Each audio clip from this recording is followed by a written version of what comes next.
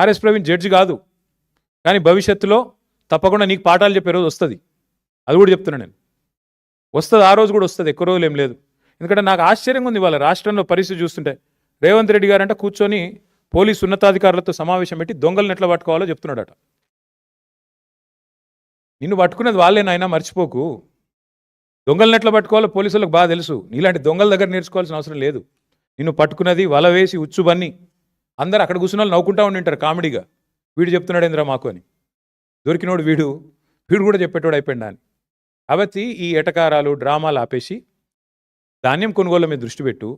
ఆ నిందితుడికి మేము గనక నోరు విప్పకపోతే ఆ బాలిక తరపున ఇవాళ అమ్మాయికి న్యాయం జరిగేది కాదు. ఇది వాస్తవం.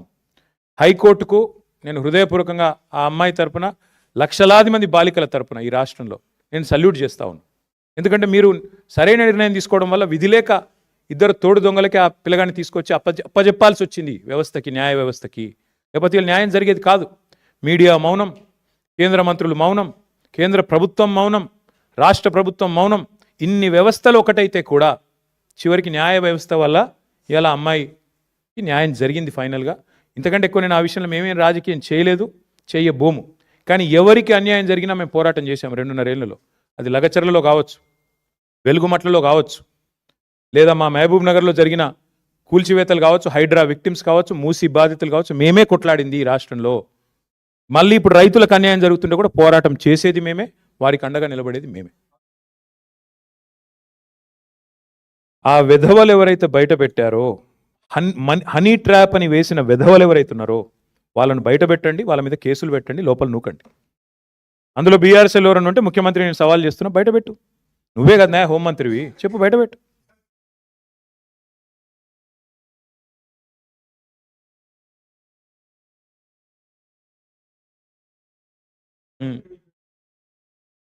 బ్రదర్, నేను ఒక మాట, నేను ఈ పనికి మాలిన డైలాగులు ముఖ్యమంత్రి గారికి ఇప్పుడు కొడతానే ఉంటాడు. పాపం ఆయనకి ఏందో కానీ ఇంకా ముఖ్యమంత్రి అన్న ఫీలింగ్ రాలే ఇంకా ఆయనకి. ఇంకా కూడా ఏదో ప్రతిపక్షంలో ఉన్నట్టు మా మీద దుమ్మెత్తిపోవడం అలవాటుగా ఉంది.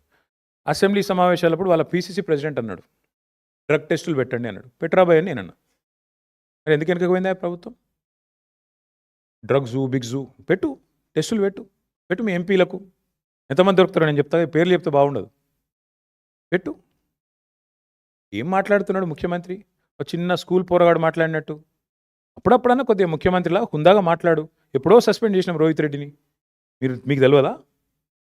షోకాజ్ నోటీస్ ఇచ్చినాం, సస్పెండ్ చేసినాం. ఇక ముఖ్యమంత్రి ఆయనకు తెలియకపోతే నేనేం చేస్తా దానికి? ఇంకోటి మాట్లాడితే నా బావమరి దీంట్లో డ్రగ్స్ దొరికినాయి అంటాడు. నువ్వు ముఖ్యమంత్రివా లేకపోతే దారిన పోయే దానేవా? నా బావమరి దీంట్లో ఏం దొరికిందా?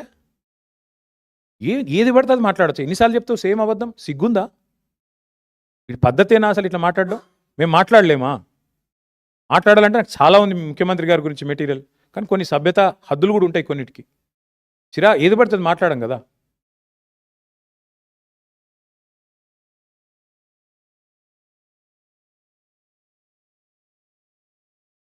ఒక్క సోదరుడు ఈ రాష్ట్రంలో కులగణన బాగా జరిగిందని ఏ ఒక్క మనిషినన్నా చెప్పమనండి బ్రదర్. ఆఖరికి సర్వే చేసిన వాళ్ళు ఎవరైతే సర్వే చేసిన పిల్లలు వాళ్ళనన్నా చెప్పమనండి. ఎందుకంటే రేర్ మోడల్ అని చెప్పుకున్నాడు, ఏదో రేర్ మోడల్ అని చెప్పిండ్రు. తర్వాత ఏమైంది? 160 కోట్లు ఖర్చు పెట్టిండ్రు. చివరికి ఏం జరిగింది? 51% ఉన్న బీసీలను 46% తగ్గింది.